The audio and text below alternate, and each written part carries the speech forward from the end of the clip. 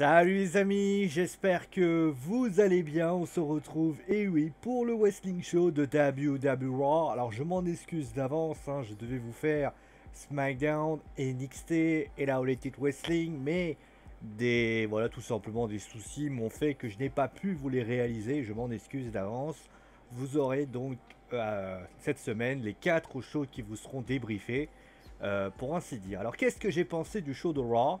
Si vous avez en tout cas suivi l'émission de la semaine dernière, et je vous en remercie, vous avez pu le constater que j'ai parlé, alors je vais vous donner le titre de l'émission comme ça à la limite, parce que les alliés, voilà, c'est le direct, hein, pour ceux qui croiraient que je suis pas en direct, bah voilà, je suis en direct, enfin en direct, en semi-direct, voilà. J'avais parlé de show chaotique, un chaos sans nom, voilà, c'était le terme que j'avais utilisé. Donc la question était, est-ce qu'ils avaient réussi à faire que finalement ce chaos qui était sans nom, est-ce que les choses se sont arrangées?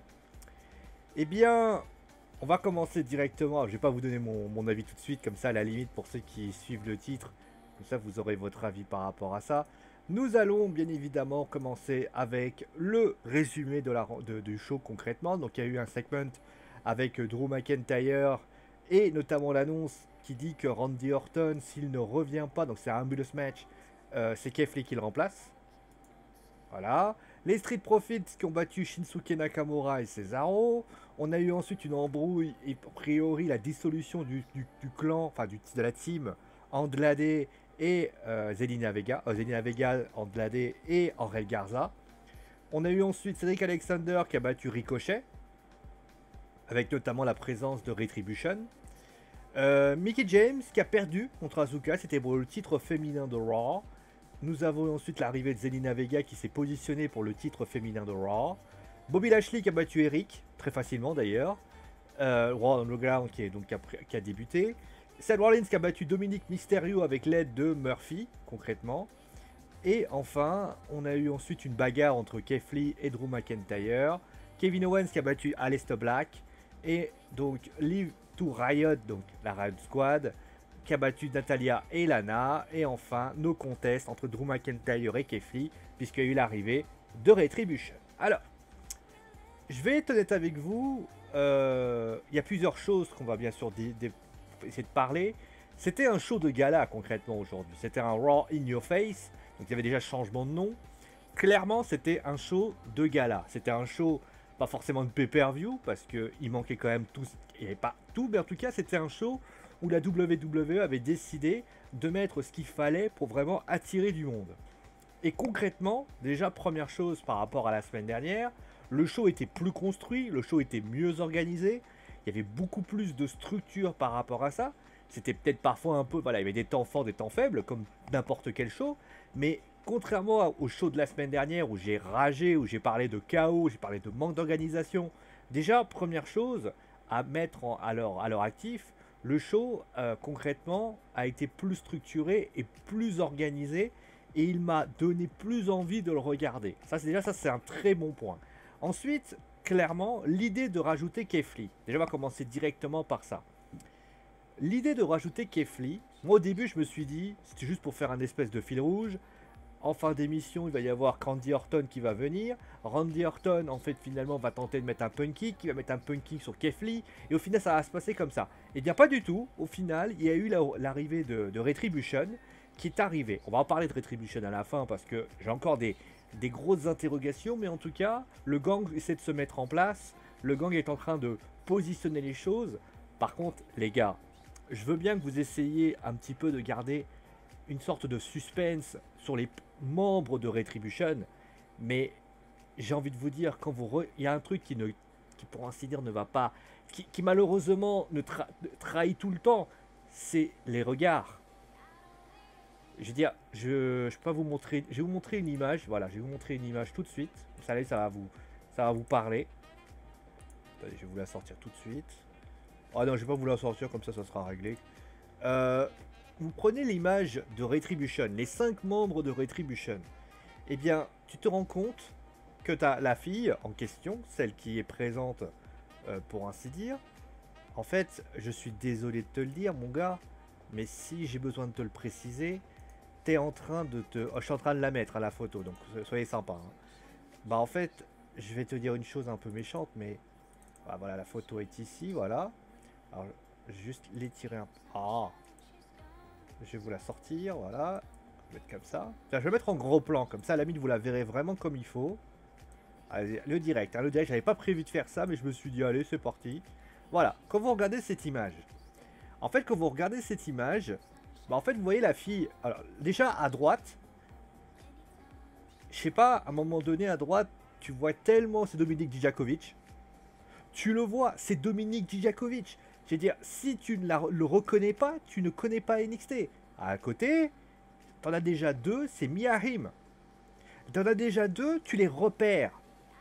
À la limite, tu peux leur modifier leur voix, faire tout ce que tu veux. Lui, tu le repères. Déjà en plus, Mia Haim, je suis désolé, c'est pas raciste, notamment par rapport à ça, mais elle n'est pas d'origine américaine, elle n'a pas le visage américain, donc forcément elle est plus reconnaissable que les autres. Donc à la limite, au lieu de faire ça, essaie de dissimuler un peu plus son personnage, essaie de faire en sorte que son personnage, pour ainsi dire, ne soit pas dans une situation où elle est repérable trop facilement, parce que c'est ce qui s'est passé. Elle a été repérable trop facilement. Voilà, ça c'est la première chose. Maintenant, pour revenir à ce que je disais pour la suite. En tout cas, c'était une bonne idée, parce que ça veut peut-être dire aussi tout simplement que Keith Lee va affronter... parce qu'il faudra voir ce qui va se passer la semaine prochaine. Ils vont sans doute faire un match entre Randy Orton et Keith Lee ou autre chose pour essayer de voir comment ça va se passer. Mais en tout cas, c'est plutôt une bonne chose. En tout cas, il peut se passer deux choses, voilà, deux choses. Soit ils décident de faire un espèce de fil rouge en considérant que la semaine prochaine, Keith Lee et Randy Orton ou Drew McIntyre se réaffrontent, pourquoi pas. Ou la deuxième possibilité, ils décident de faire un triple threat entre guillemets entre les trois. Ce serait le premier triple threat ambulance match, ça peut être une autre possibilité. Par contre, j'ai quand même des bémols qui sont quand même importants. Alors, que la Hurt Business arrive, je veux bien. Mais encore une fois, je fais référence, bien évidemment, à ce qui s'est passé avec la Nexus, qui a été pour moi le gang rebelle par excellence. Les mecs, ils t'expliquent quoi dans Retribution? Les mecs, on les a engagés, et finalement, on les a renvoyés comme des malpropres, parce qu'ils étaient de la merde. C'est pas bon. Non. On t'a fait promettre des choses.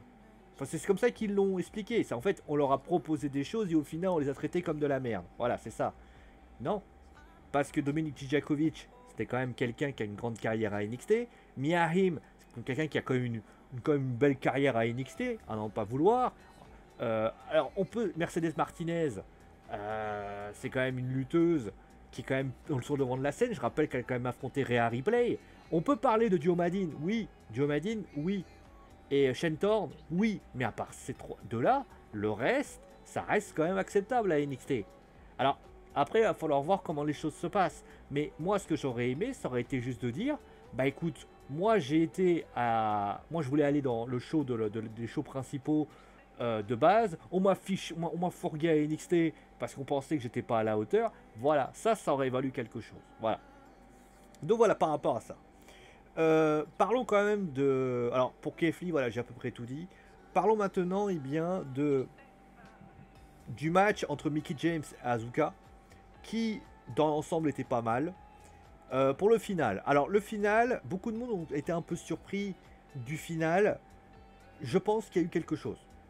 Je vois l'intérêt de... à l'arbitre, voilà, il se passe trop de choses. Déjà, Mickie James ne réagit pas.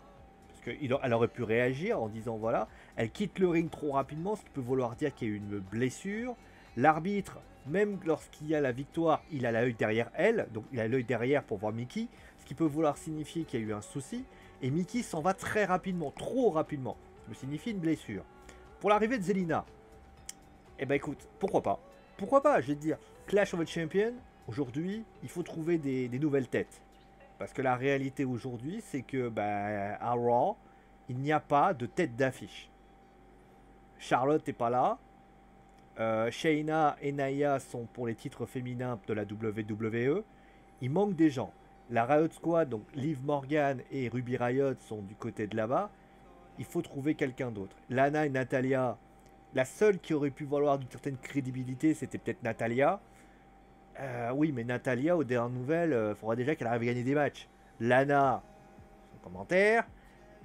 Tantôt Zelina Vega. Zelina est quand même, a un physique assez longiligne. Elle a quand même été présente. C'est quand même très Trinidad. Et je vais quand même parler quand même de Zelina Vega.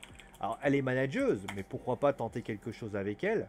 C'est une lutteuse qui a notamment fait pas mal de débuts dans ses fédérations. C'est une lutteuse qui a été la hardcore. Elle connaît bien. Elle sait bien gérer son...